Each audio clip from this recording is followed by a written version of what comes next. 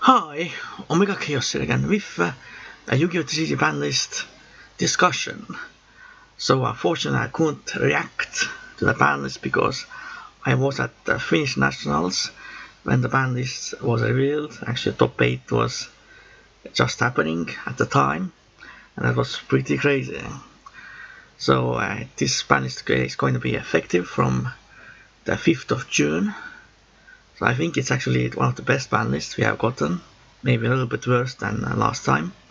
But so the forbidden cards are Cyberstein, which I think it was probably a mistake to bring it back in the first place, so I'm glad it's gone.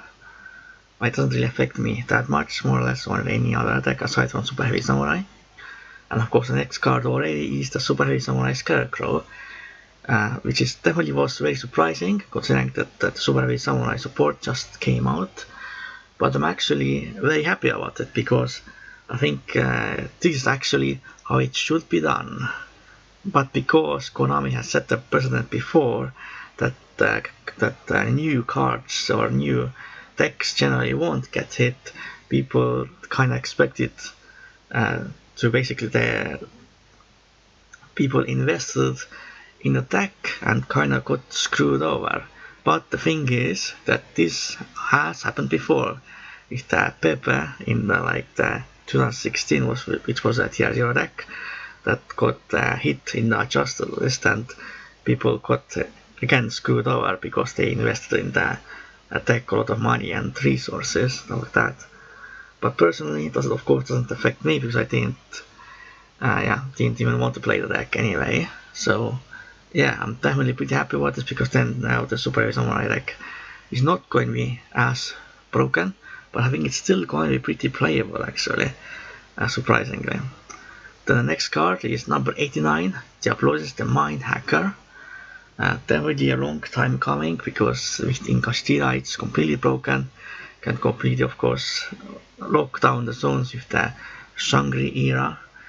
And also it's very annoying of course, because they can look at your extra deck and then banish anything they want, but also it also affects your main deck, because you can banish a bunch of cards for your main deck as well, which can kind of screw you over as well.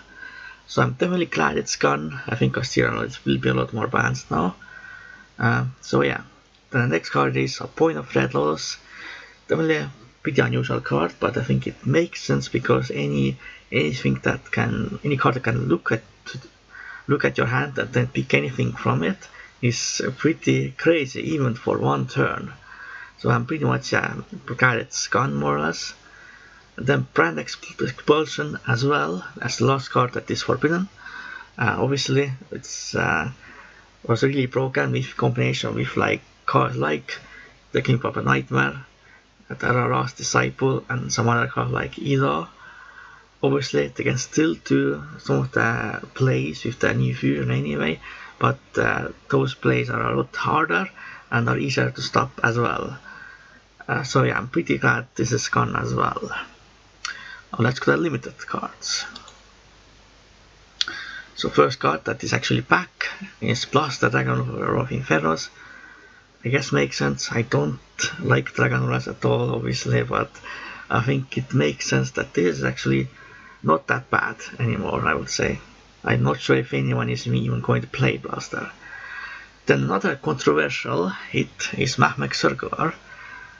Obviously, if you hit all of the other top tier decks, it makes sense that you go after Mahmek as well. And Mahmek Circular did too much for one card. And one thing I didn't like about this card at all, because it made every Cybers deck actually play a Mahmek engine, and I really don't like when decks become just so similar to each other that they don't really have their own identity anymore. Obviously, I'm still probably going to use some sort of Mahmek engine in my Cybers deck, but overall, I think this probably was coming either way. Then Psyframe Gear Gamma. Definitely very instant hit. I think this card can be very annoying. Sometimes it's probably one of the most powerful hand traps in the game. So it kind of makes sense, because obviously this card was limited in the OCG recently as well. So I'm definitely not against hitting it. Then another card that is back from the Forbidden is Tenglong versus Yangsing. I think makes sense because in Master Duel it's legal and in dosage as well, but Tenglong isn't really doing much, so it makes sense for this card to be back. Pretty broken, but we have so many other broken things going on in the game right now. Then Castilla Arise Art is now limited as well. Alright, I guess makes sense. Now you can only just have the one Arise Art, and then if it gets Skyjude, Castilla a little bit screwed over, but I don't think it really kills the deck at all, so yeah, but I think it's a pretty decent hit, I would say. Then Purely, Delicious Memory, another controversial hit that wasn't really expected, but Yu-Gi-Oh community, obviously people also invested in the Purely deck, and some of the Purely cards are really expensive as well. I think from what I have heard, I'm not really an expert on Purely, but apparently it actually is a very significant hit for a deck, and actually hurts the deck quite a bit because they can't really go for Expertly Nor as easily anymore, at least before that Twice Nexus support.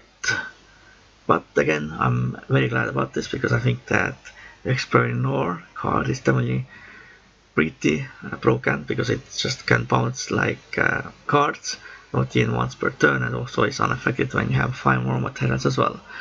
So yeah, I think it makes sense more or less. Then Natura's Secretary is now limited as well.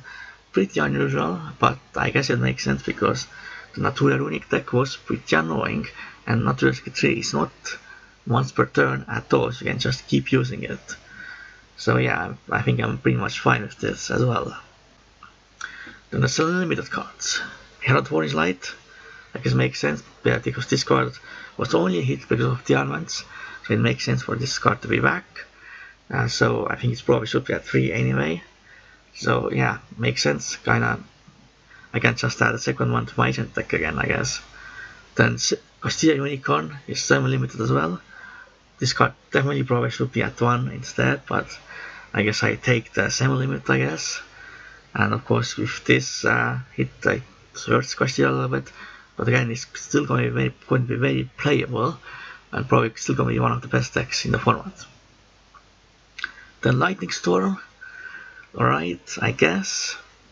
Obviously I never liked this card because it's pretty much like Eki and Harvest Fairduster in one. So it kind of makes sense for this card to be hit in some way, but we still have cards like Key When You Match that are even better actually than this card, so I'm not sure if it actually was needed. Then the Runic Fountain, semi-limited, which does completely nothing against the deck. Damage should be at least limited or banned. Then we also have Sky Striker Mobility Change, a pack at 2 as well. Again, I'm not really a fan of Sky Strikers, but I guess it makes sense with the new support coming, and I think the deck isn't really as good anymore as it was back then, but I still will be pretty wary of this change because this card is pretty broken because it's not once per turn at all. We just keep activating it and getting searches and draws, stuff like that, so not really sure about this. And then Sprite Starter limited as well. Again, don't really do anything for Sprite. I think Sprite Blue should have been at least limited. It actually hurt the deck. I think Sprite probably going to be one of the best decks in the next format for sure. And then the unlimited cards. Blackwing Steam the Cloak. Makes sense. No one really plays more than one anyway. Jackson Birdmine. Very old card. It doesn't really do as much anymore. Samsara Lotus was kind of an FTK card, I guess. I don't think it really matters. Spara Quick Fix, without Master Plan, Spara doesn't really do anything. Recital Starling, makes sense. Oilask is not doing anything. Draco Face Off, pretty interesting. I guess Draco Slayers become a little bit better now. And then Sky Striker Mega Models Multi-Roll at 3 now as well. I'm not happy about this because this card is actually pretty insane, being able to just recycle all your resources at the end of your turn, but maybe it doesn't really matter that much, I guess. if the because the power level is just so much higher that getting cards back in the end phase, I guess, doesn't even matter that much. But that's it for the new Yu-Gi-Oh! Banlist. Overall, I think it's a really good one. I do feel pretty sad for people who actually invested a lot of money in like Super Base Samurai and Purely, but again, it has happened before, this kind of thing, and personally, I think this is how it should be done, and this should set a new precedent that if anything becomes a problem, uh, you should treat it right away. Doesn't matter if it's new or not. So yeah, so I hope you enjoyed this panelist discussion. For now, goodbye and Omegas out.